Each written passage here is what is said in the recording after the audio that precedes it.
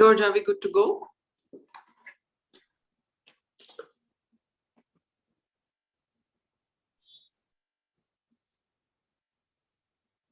George, are we good to go?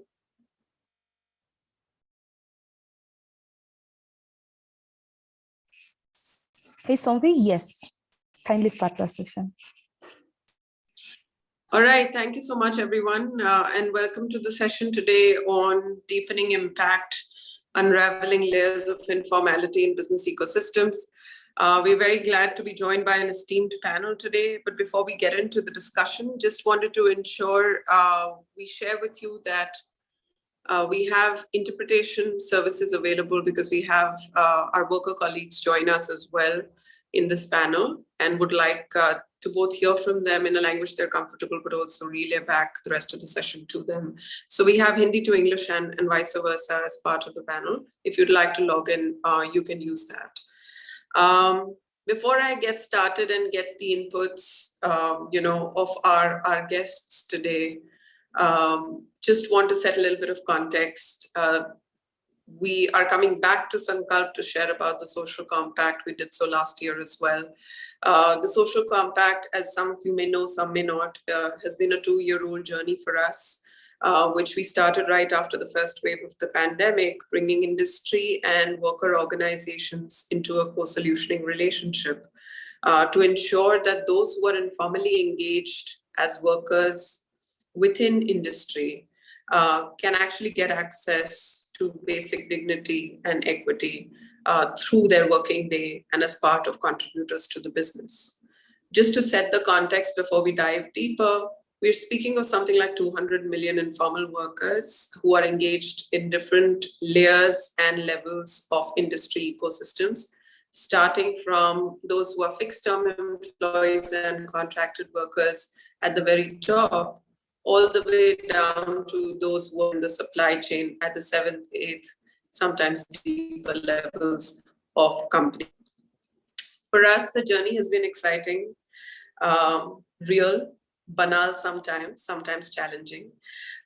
We are today working with 40 principal and supply chain companies in the compact, along with our partners, Ajivika Bureau and Center for Social Justice. And for us, as we've gone through this journey, it's always been rejoicing the baby steps we make forward, but also constantly questioning ourselves and grounding ourselves and sobering ourselves down to say how much more of the challenge we are yet to fathom and address. And so today's panel is actually about taking some of those challenges right on. While we have been able to create a framework and a movement that is beginning to set systems kind of right for those who may be fixed-term employees and often contracted employees at the very top companies. I think we're still on a daily basis challenged by the question of how do we make social compact count for the lesser visible layers of the supply chain, not as something that is forced down upon them, but as something that they understand the value of. But then also, how do we have some of this go to those who are floating populations serving industry nevertheless, be those daily wage workers that often work as construction workers or helpers within manufacturing and other formal industries, but also those who are a growing community of gig platform workers. We will be exploring some of these demographics today in this panel. And I'd actually like to first start with Lily and Divya from Papa Don't Preach, one of Social Compact's companies, to understand a little bit about, from you, Lily. Hi, कैसा लग रहा है? Hi, अच्छा लग रहा है. आपका बहुत बहुत स्वागत है यहाँ पे हमारे साथ जुड़ने के लिए. थैंक यू मुझे भी इनवाइट करने के लिए. आपसे थोड़ा सा पूछना था कि आपका सफर पीडीपी के साथ कैसे स्टार्ट हुआ और आज आप उनके साथ क्या काम करते हैं? मेरा सफर 2013 से स्टार्ट हुआ है मैम के साथ में, पापा डोंट प्रीच में. बहुत हार्ड था तब. वो सफर एकदम हार्ड से मैंने खुद से अपने से बलबूते पे मैंने सीखा है पूरा काम वहां पर.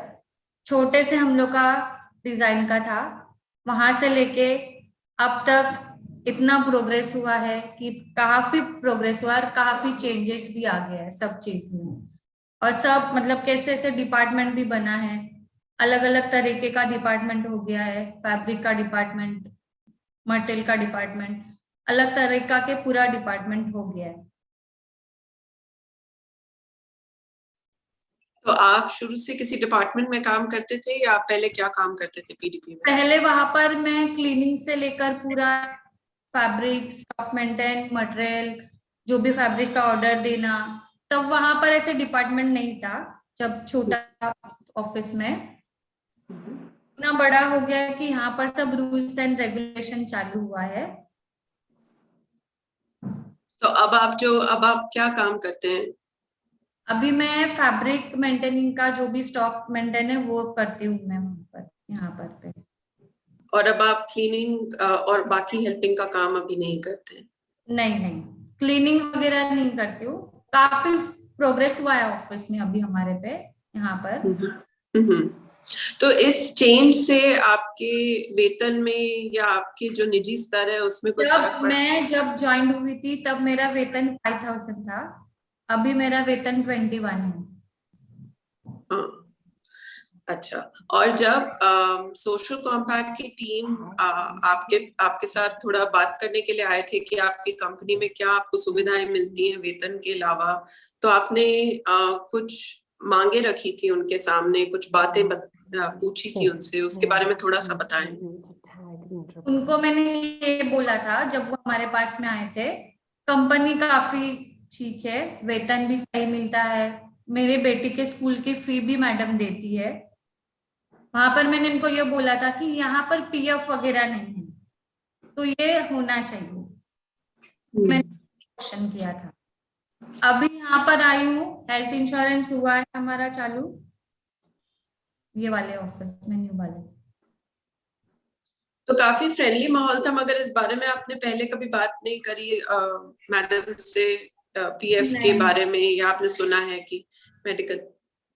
नहीं, तब मैंने कुछ बात नहीं की थी, क्योंकि तब हमारा छोटा सा ऑफिस था वहां पर, इतना नहीं था वहां पर कुछ। तो तब फिर दूसरे ऑफिस में जब आए थे तब ये आए थे बोलने के लिए, तब मैंने उनको बोला था कि ऐसा ऐसा होना चाहिए। और मैं भी पीएफ वगैरह के मैंने बाहर से मैंने सुना था कि इसका बेनिफिट क्या है क्या नहीं, इसलिए मैंने इनको फिर क्वेश्चन कैसे ऐसे होना चाहिए। बराबर है। आपने जब ज्वाइन किया था तब आप ही के जैसे और महिलाएं भी थी संस्था में? हाँ, एक संस्था में थी, वो शशि नाम की लेडी थी। तो और आज पीडीपी में कितनी महिलाएं काम कर रही हैं? आज पीडीपी में काफी महिलाएं काम कर रहे हैं। अच्छा, मैं दिव्या से भी पूछना चाहूंगी। दिव्या, हम जब आपसे मिलने के लिए आए थे सोशल कॉम्पैक्ट में, तब कोई डिपार्टमेंट में लेडीज एज सच नहीं थी। Could you tell us a little bit about the insight offered and what is now the change you have brought about in your company? Yes, firstly, hi everyone, I'm Divya from Papadon Preach. So just to give a little more context, we have our in-house manufacturing completely set up in the last almost a year. And in our production unit, it was completely male dominated. Is still the percentage of male karigars are much more higher than what we have as females. I think one of the first mirrors that was put in front of us, the initial visits from Dasra's team and Ajivika Bureau, was we really don't have any females in the manufacturing departments of our unit. So this is not even considering our team members, this is just the manufacturing aspect. And what we really brought in was we essentially created an entire small department to start off with where we could hire more women.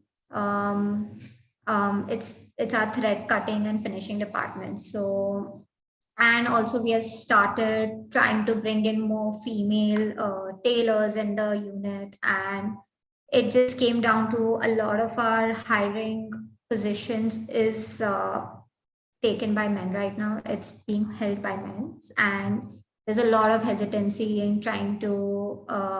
It's if I have a tailoring unit, the supervisor and the master Gs are the one taking a call on who's being hired. So where that sort of becomes our reliance on them to be able to, okay, this is the team I want to build. So for us, respecting their decisions and while simultaneously trying to get in a little more balance in and more representation in the unit is sort of the challenge we're trying to work through right now. But we started out with 0 women in the manufacturing department last year to 20 women currently who's been working as a separate department. So that's And any changes? Is it slowing down business? Is it improving business? Definitely. So to give a little more context on what department is this, we have a in-house hand embroidery section. So between hand embroidery and the fabric going to stitching department, there is a step of thread cleaning and finishing it off and checking the product before it is sent to the stitching department for the final production. So this was initially done by our karigars who are working on the fabric also, but as a production perspective, now the karigars hand it over to the ladies who are running the department and they can start their production on the next piece. So sort of reduces the buffer time in between those karigars sitting on the first product and going on to the next product. Obviously, from a production efficiency point of view, definitely a lot of reduction in buffering and wastage of time in the unit. So yes, it has benefited us in terms of our production efficiency. And we're still observing like how better it can get. Thank you. The reason for asking this question also for the benefit of the audience is that a lot of what we are doing in the social compact is new and we are constantly asked why change the status quo. चल तो रहा है, क्यों चल बढ़ाने की या change करने की जरूरत है. But it's only when we see the change and we see what is the impact of it, will a business case come off it. And that's why it's critical for us to keep documenting what are the changes and challenges that come about as we see some of these changes in the way industry thinks and acts on a daily basis. Thank you, Divya and Lily. Thank you so much for your time.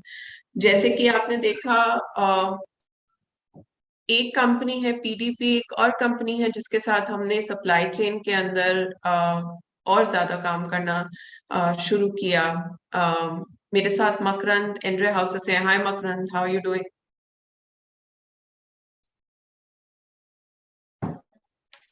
Sorry. You're on mute. Yeah. Can you hear us? Yes, I am able to hear you. Only, I think there is some lag in the network. Yeah. So, yeah.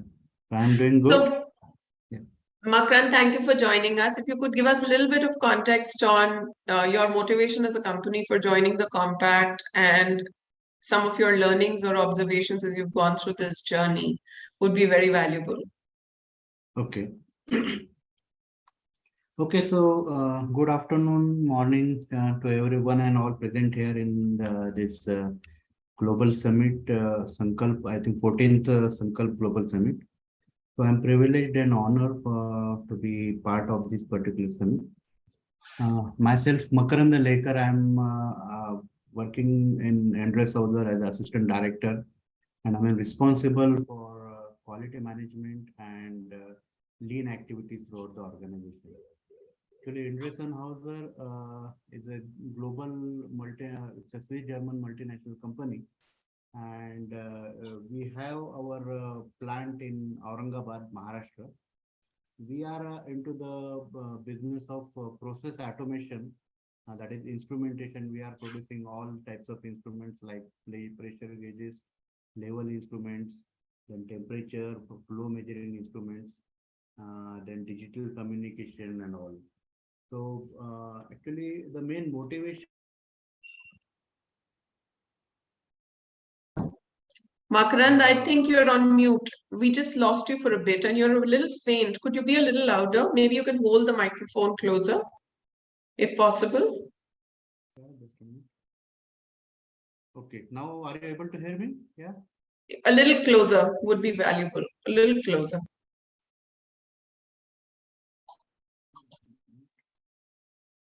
You were quite clear when we started.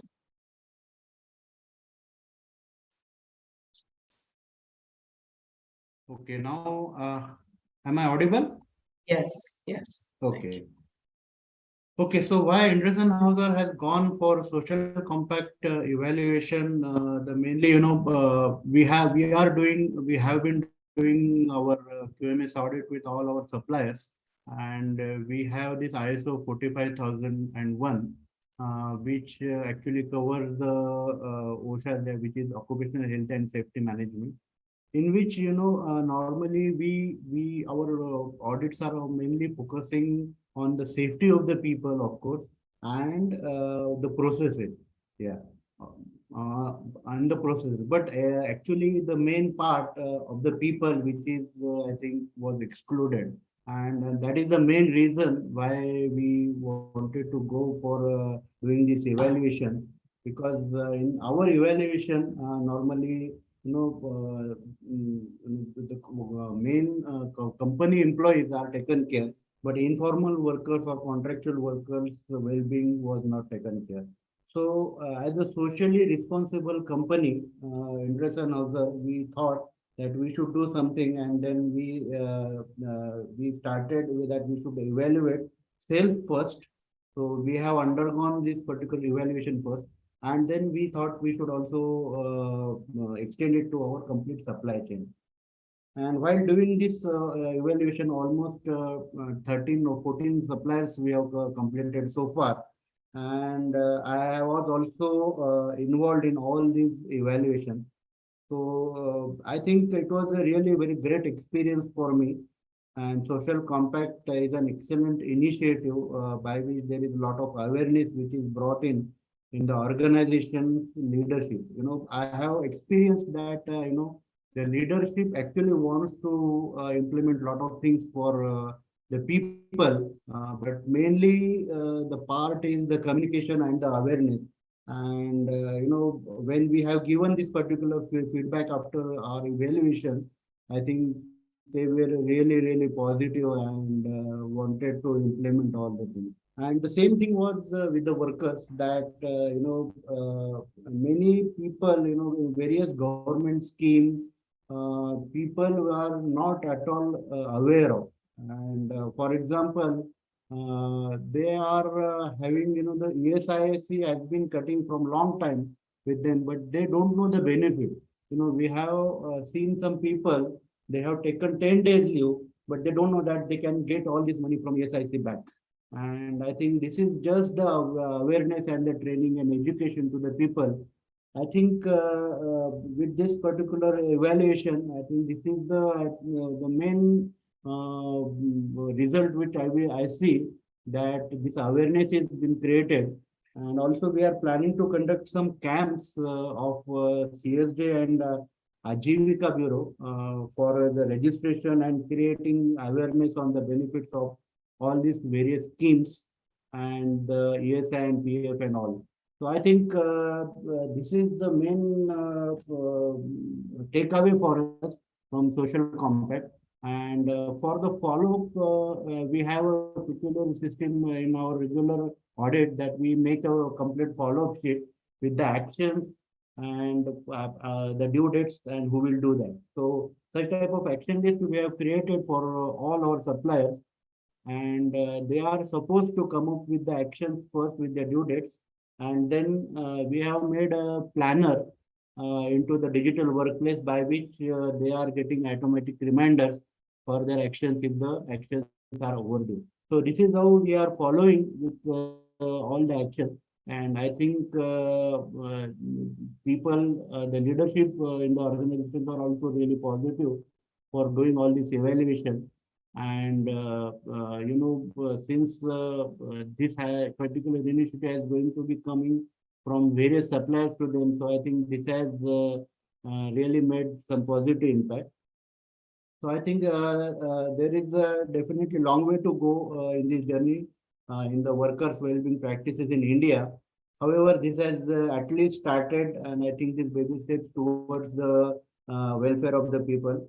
So for personally myself is a really satisfying and fulfilling journey doing all these evaluations along with social compact. I would like to really thank Dasra Ajivika Bureau and Center for Social Justice for accompanying me on this all evaluation. And I think to end my speech, I would like to quote a very beautiful quote from Swami Vivekananda. Discover the joy of giving and you will discover the reason for living. Thank you so much. Thanks, Makaran. I just wanted to add, are you foreseeing any challenges from the supply chain as you implement this across them? Is everybody's reaction consistent? Is everyone seeing value in it, or you're getting some difficult questions? Yeah, actually, when initially we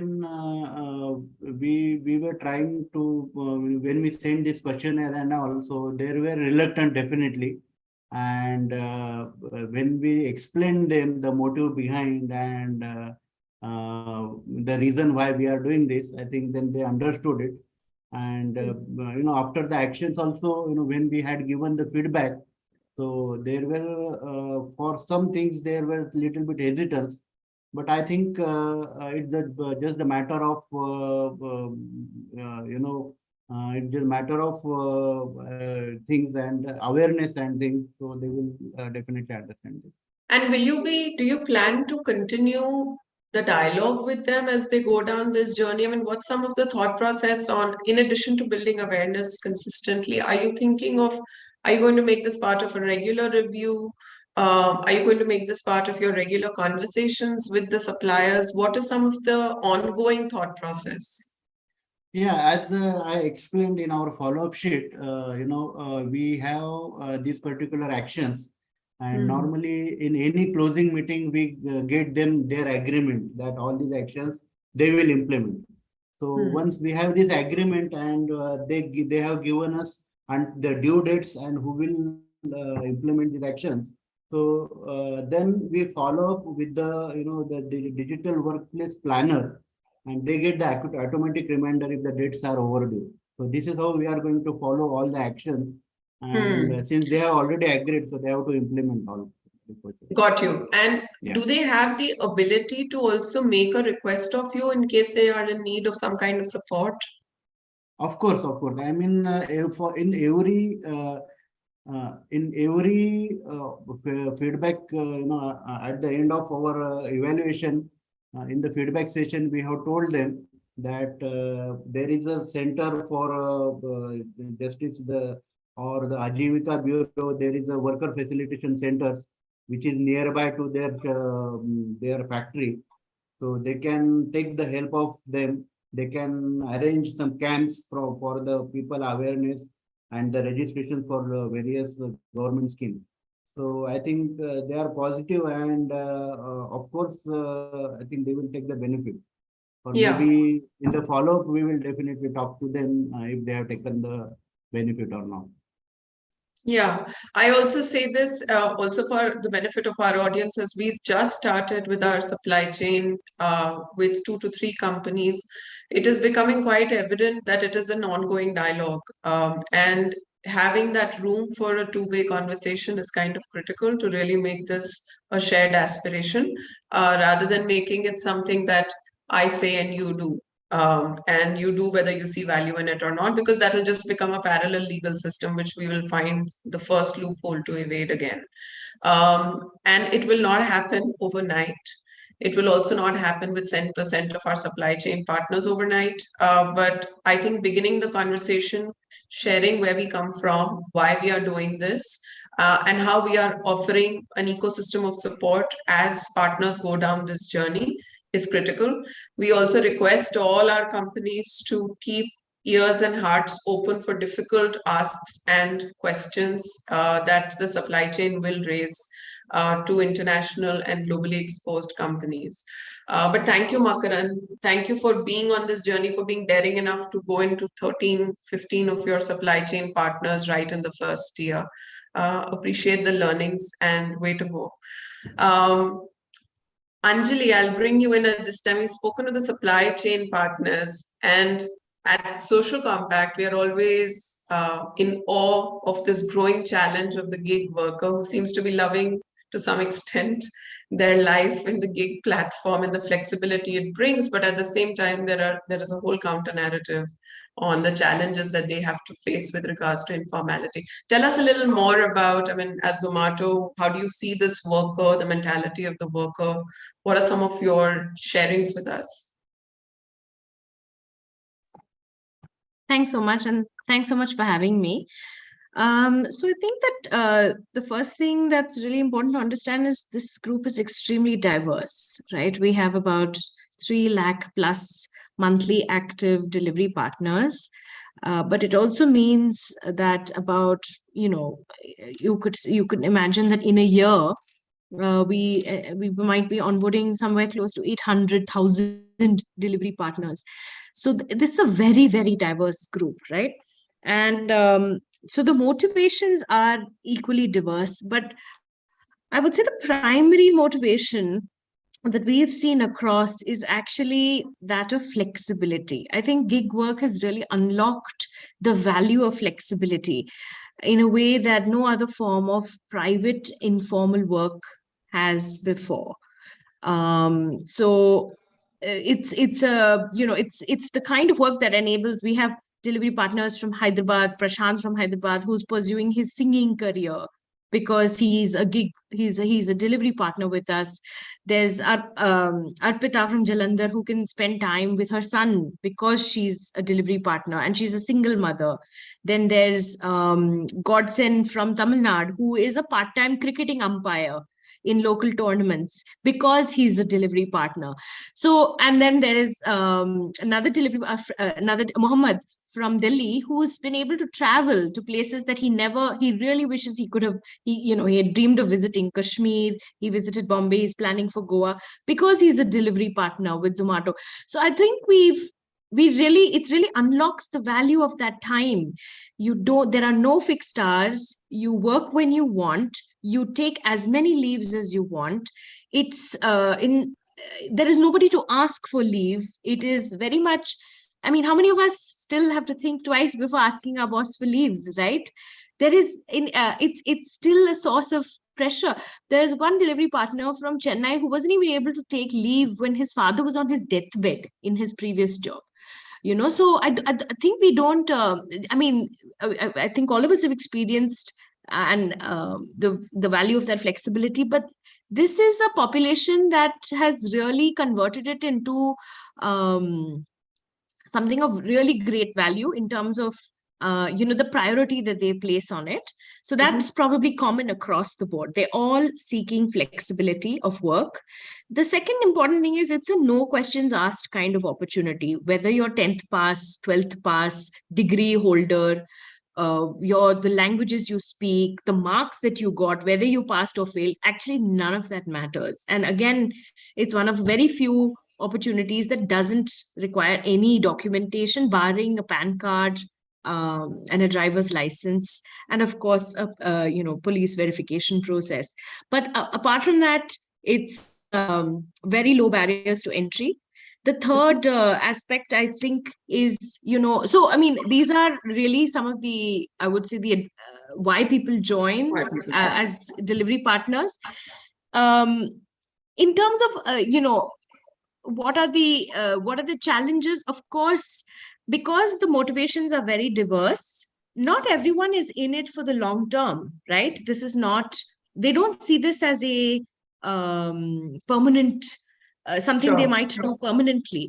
In fact, most people are in it for either to make additional income for a very fixed purpose, right?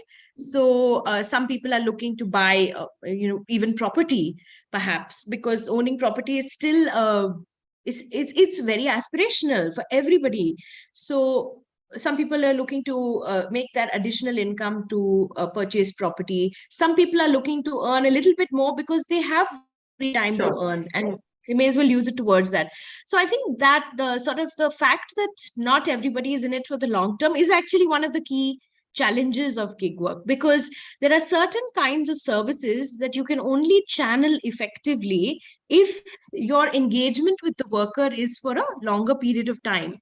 The delivery partners that we work with typically work with us on an average of 30 to 35 hours a week, between 30 to 35 hours. And and 6 months later, they could not be with our platform, right?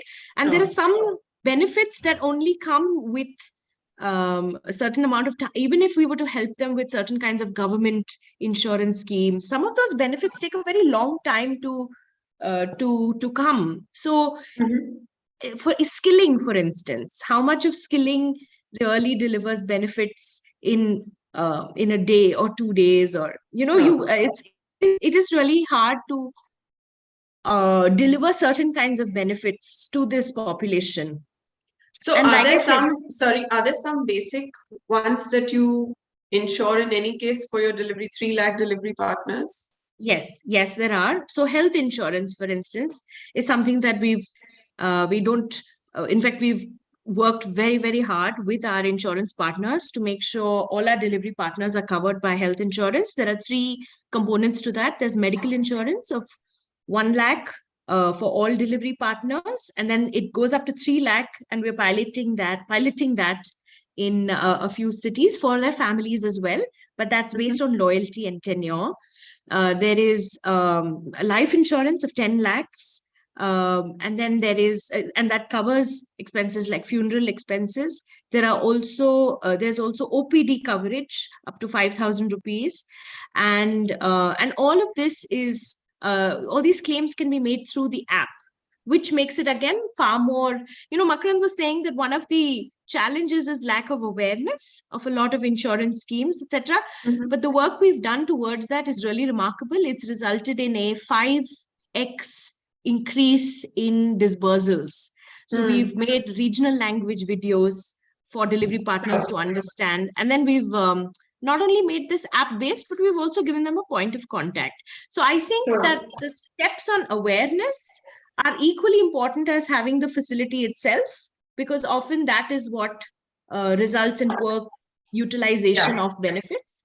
So I think that's pretty important to do, and I would sort of call that out as an important step we've taken. Anjali, I just want to double click on that, because Divya is coming next, and Divya, here's a point for us to note. We often struggle with our floating population related benefits, and Zomato has a pretty similar situation of these 3 lakh workers. I'm assuming, Anjali, are not the same every day, right? So when do the benefits kick in? At what stage or tenure is it applicable to your delivery partners? And who have you convinced as an insurance partner to provide that insurance for a floating population? Would be really helpful. So our benefits kick in as soon as a delivery partner is onboarded. So we have a couple of criteria, but we've tried to design the criteria in such a way that if you are an active delivery partner and you are considered active from the moment that you're onboarded, and the first 14 days, even if you don't get a single order, you're still considered active. And then, of course, there are other criteria, including like when was your last order, etc. So there is some amount of activity associated with it, because we needed to have that criteria.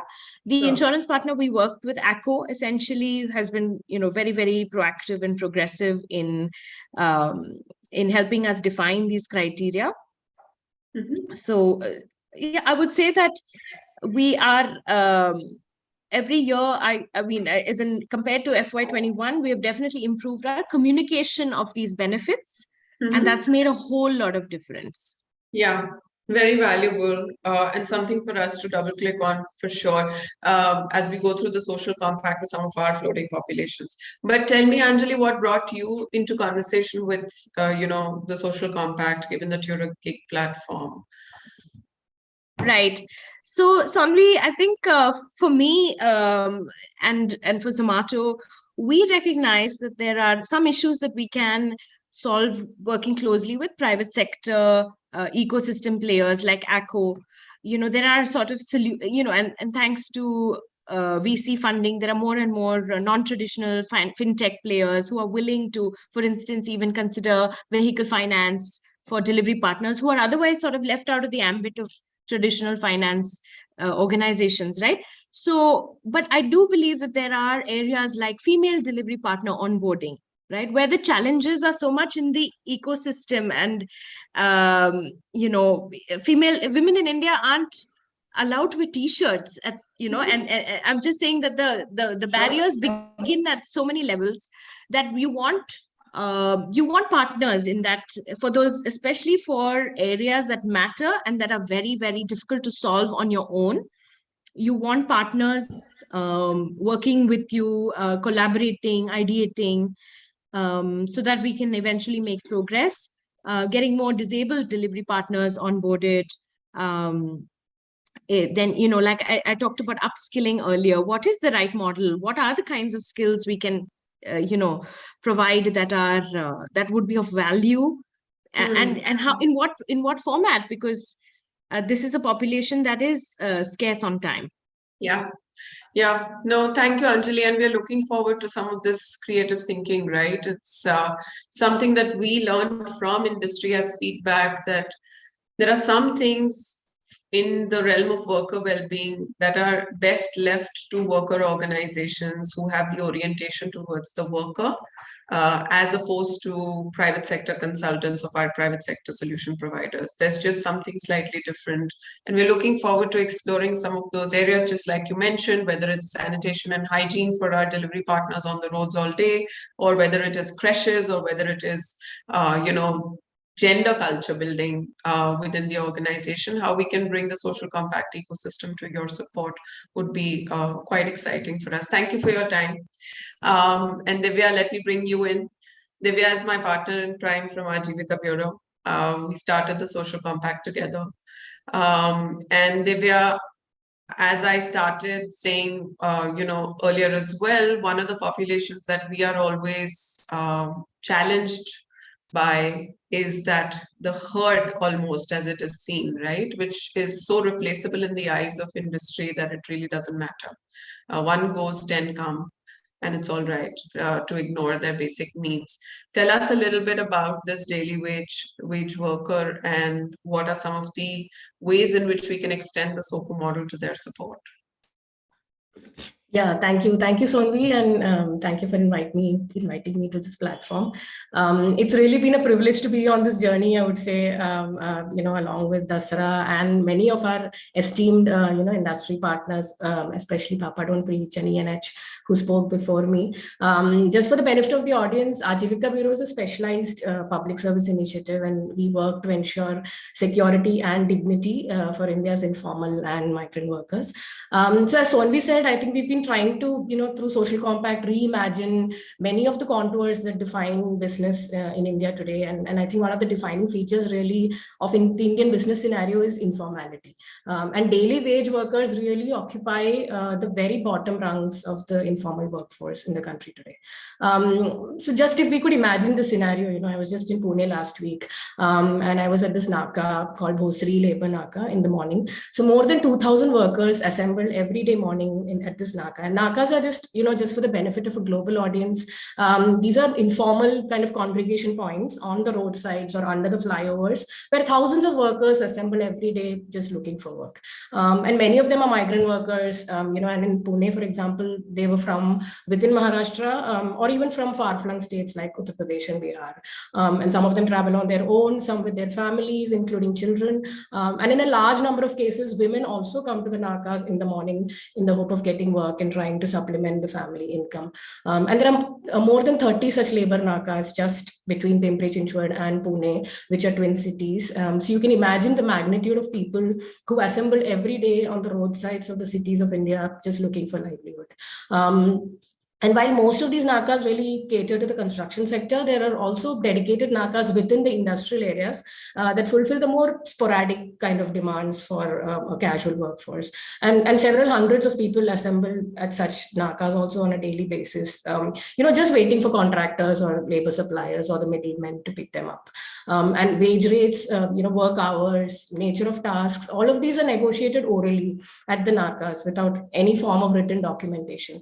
So even when payment happens at the end of the day and any of these terms are violated, there's really no means of holding the accountable or holding the contractor or the employer accountable for any of these violations. And one of the biggest challenges in this scenario for workers is really the precarity of employment. So when we talk about daily wage workers, it's really the uncertainty of the employment scenario today that is the biggest challenge that they face. I would say on any given day, there is no guarantee that they will be able to find work. So last week, when we visited some of the residential settlements where these workers live, they were saying that given the kind of economic recession that's going on right now in the country, they're able to find less than 15 days of work in a month. And given an average kind of wage rate of maybe 500 to 600 for an unskilled worker, a helper, the monthly kind of income that a household is able to make comes to barely 10,000 a month, which is much lesser than the stipulated minimum wage in the country today. And one can imagine that women, like Anjali also spoke before me, the kind of gender challenges that women face in this scenario. Women are almost never paid at par with the male workers, even if they do the same kind of work. So they make even lesser. So many kind of gender challenges that also goes unnoticed. And these workers are really outside the ambit of any kind of social protection schemes, such as ESIC or Provident Fund or health insurance. We heard, Lily in the beginning as well, because they are the rotating workforce that constantly undertake, movement from one employer to another. And the state, for construction workers, for example, the state has stepped in with the, Building and Other Construction Workers Welfare Board, but there's no equivalent scheme in the industrial sector for a more casual kind of daily wage kind of employers. So for example, in Pune last week, a worker came to our center, four of whose fingers was chopped off. He was barely 19 years old. He was working in a automotive kind of parts manufacturing unit in one of the industrial kind of clusters in Pune. And he was not registered in ESIC on the day of the accident. He had barely started work. And that's one of the major reasons, because a lot of these workers come in with unskilled, without any training, very young, and the work site itself is not safe. So that's what increases the frequency of these kinds of accidents. The contractor completely refused to take any responsibility, and we are kind of trying to take that case forward to see how compensation can be delivered. So maybe I'll just stop here in terms of this, just to trying to paint a scenario of what are some of the challenges that workers face on a daily basis. Yeah, and anything that we can do in this, in addition to what you've just spoken of in the worker facilitation center context? Yeah, absolutely. So we run worker facilitation centers in 2 industrial areas currently, in Pimpri Chinchwad and in Chakan, and another third one is upcoming in the Pune Municipal Corporation. So at Social Compact, our efforts have been really in the direction of invoking the principal employer and initiating interventions through vendors in their supply chains for these very kind of bottom end workers. So we reach out to daily wage workers to ensure that they have their basic identity and domicile documents in place.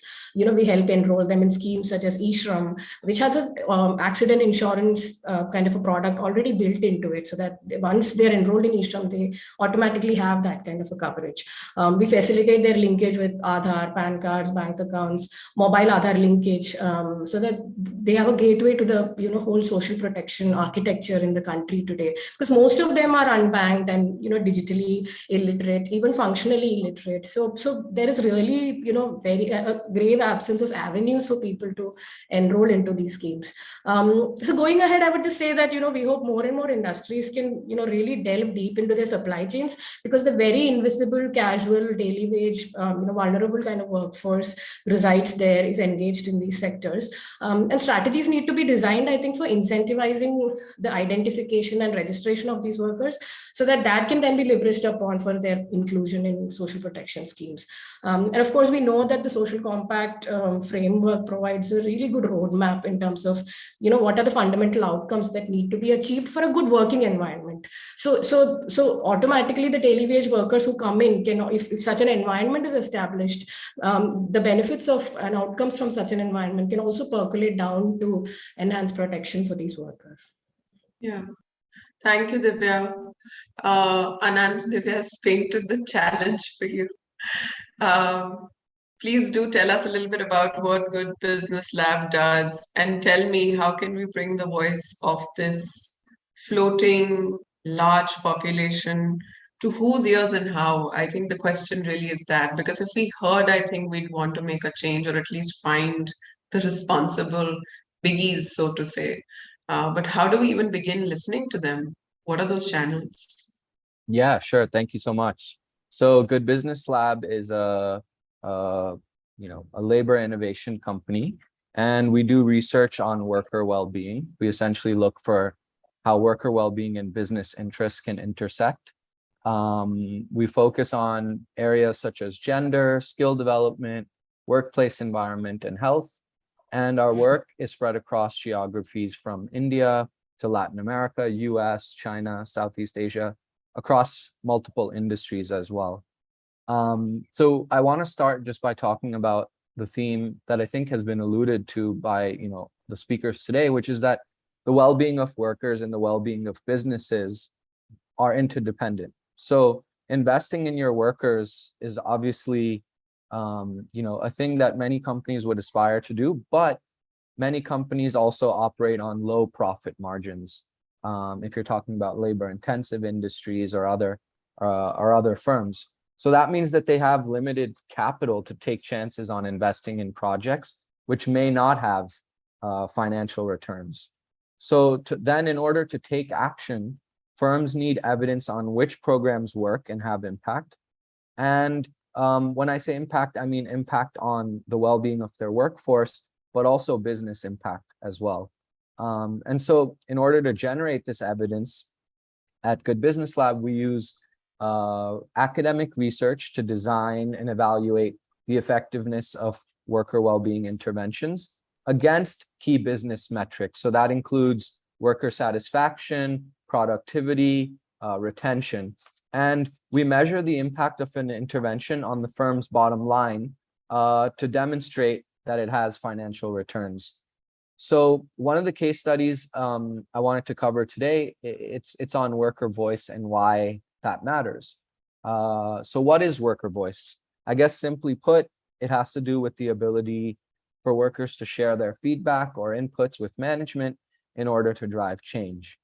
And so imagine a factory shop floor that has 2,000 workers.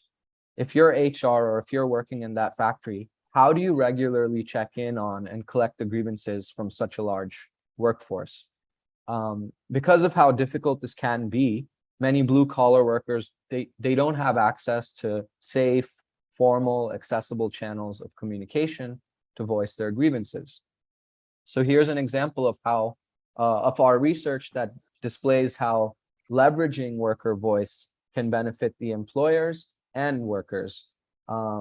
In the garment industry here in India, wages for frontline workers are essentially tied to government minimum wage policies, which is determined at a state level. So a few years back, there was a year when workers in general felt disappointed by the wage hike. So we partnered with one of India's largest garment manufacturers, Shahi Exports, and we conducted an experiment to evaluate the impact of providing a channel for workers to voice their grievances following this sort of disappointing news that they had about their wage hike. We basically randomly sampled workers to participate in a paper-based anonymous satisfaction survey. And we asked respondents for feedback on job conditions, supervisor performance, wages, workplace environment, and their overall satisfaction. So in this experiment, we found that workers value even small interventions that show the management's commitment to them, In this case, the anonymous surveys delivered significant returns, affecting worker retention and attendance that more than paid for the investment of conducting the surveys, particularly impacting the most disappointed workers. But these channels of worker voice can take a lot of different forms. We've seen text-based tools, app-based tools. It's essentially just a medium for workers to engage in this two-way, ideally anonymous communication with their managers. So while we know that these tools can be extremely impactful, a lot of the tools that are available right now don't provide the same level of access for workers. And that's because a lot of them are curated for the context of a white collar workforce, or in the context of developed countries. And then that ignores a lot of important factors that we face here, such as literacy rates, multilingual communication, and even just access to smartphones. So as part of scaling up our research, we developed our own tool, which is a two-way tool, anonymized, multilingual, and we kind of designed it from the ground up with buy-in from management and workers.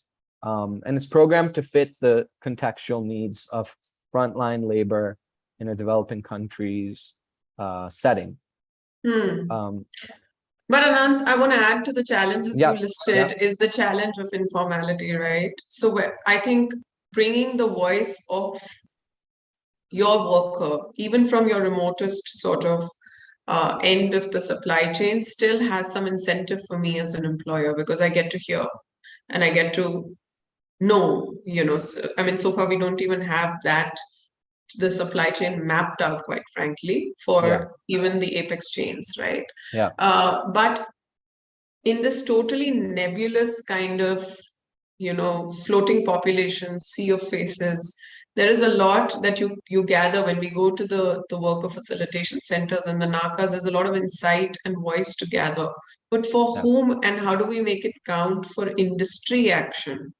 And industry mindfulness is really the challenge. Any thoughts on how we can tap into this voice? Well, I think some of the learnings I was going over, they do transfer to the informal sector as well. I think essentially having an effective communication channel, it can improve the well-being of the workers who have access to it, but it can affect business outcomes in the context of, let's say you don't care as much about understanding the ground realities in this context, but you do care about whether it's a formal or informal worker, you do care about their retention, their attendance. And we've seen improvements in those outcomes by providing this channel. In addition to that, we see like the rise of worker unions. There's the All India Gig Workers Union. And it's clear that workers want their voices to be heard by management and have a say in the decision-making process. So that's why, although we haven't done research in the informal sector with this technology, with this approach, we have reason to believe that these learnings could actually be transferable. Thank you. Thanks, Anant, and look forward to co-ideating some of these solutions as we go forward. I know we are 6 minutes away from a wrap, and I think some of the questions that have been raised are also being addressed online. While Divya does that and other speakers, please feel free to also chime in. I think just calling attention to a few things that I personally gathered today, but would also share with our community, is that when we began our journey in the social compact on 6 outcomes for our workers, these were wages, health and grievance redressal, safety parity, gender parity, future of work and access to entitlements, and future of work for the blue-collared worker, as well as gender parity, were the most contested outcomes for us to focus on, given where we were coming from at the first stage of the pandemic. I mean, we were so far away from a reality where we could think of the blue-collared worker as potential rather than as just risk to be mitigated, right? That's the boardroom conversation today. But I think the case of Lily kind of defies that. And while it is one case, I think that is where we want to get to with all 200 million workers that we are talking of, that they are potential waiting to be both identified and harnessed effectively so that they can become higher skilled workers, a greater contributor to industry overall. Whether or not they stay with you is irrespective. We make those calls and those bargains with a white-collar worker all the time. So why not for the blue-collar worker? And a much greater asset to themselves and to their own agency. So I think, Divya and I always say where we are coming from and where those outcomes are so contested. I think it's in our faces that this is the way to go, and we are really looking forward to a transformation rather than to incremental changes. And that will mean that sometimes we are pushing the needle beyond the point of comfort. I think the second learning, both today as well as it came up today, about regions and diversity. Anjali, I think you were speaking about it. It's also something we are seeing in our work because a lot of our companies, while they are headquartered in Maharashtra, have their operations all across India. And I think as we go into listening to the voices of workers in whatever shape and form, whether you're doing it with SOCO or on your own, taking into account the differing sensibilities, the differing contexts of regions, and the language barrier is critical to assuming that you will get to know the truth in the click of a button, right? And so how do we break some of those barriers and build some of those decentralized pods of trust and people who will listen to those voices locally and then communicate them to the central offices of industry is a critical change that we are hoping to make. I think the third one for us to share with everyone is that we have benefited a lot from adopting the enablement approach as opposed to a stick approach to getting industry started on this journey. And while we often wish there was somebody who was wielding a stick somewhere, not us, I think we are strong proponents of the enablement approach, of the dialogue approach, because that's the only way you will be able to shift minds. And frankly, without that, we are going to be as poor as we were before the pandemic. So the dialogue and building unconventional bridges of dialogue, whether it's between apex companies and their third degree supply chain partner, whether it is between a worker at the NACA and CII and FICCI, whatever those bridges are, we need to build it so that we are able to see that we create a community of practice of like-minded people who actually want to bring a change. And that is really the power we are feeling in our work in the social compact, that we are not alone and there is no one constituency that is represented in the action that is being taken. Last but not the least, I think women and women's representation is perhaps that silver bullet waiting to be unleashed into the informal sector, as well as the informal segments of the formal sector itself. Wherever they have come in, we've seen productivity go up and the business case coming to light almost instantly. I really implore industry to aggressively explore this part of the demographic. We may just change the story in a big way. Makarand, you have your hand raised. You wanted to say something. Actually, we were discussing on the gender diversity here, and I have just one experience which I wanted to share. Sure. Was actually, we have one vendor in Aurangabad, Uma Sons, and the owner of Uma Sons, they have decided that one of the factory will be completely driven by women's only. So from from cleaning to until the general manager, everybody will be a woman. And I think it's really so Soumya was also with me, and right now almost 80% workforce is women, and now they will be changing the rest of the 20 also. So I think this is really very good example Yes. which I wanted to talk. Thank you for sharing. And we look forward to more of you joining this movement with us.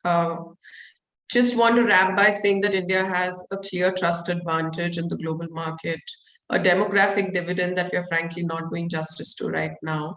And we have a platform in the compact that is bringing those who make decisions and have the power to make change happen with us. So do join force, join this movement, join it with some faith and a little bit of good critical and skeptical faculties as well. But we look forward to seeing you on the other side. Thank you so much. It's a wrap and have a great evening. Bye-bye.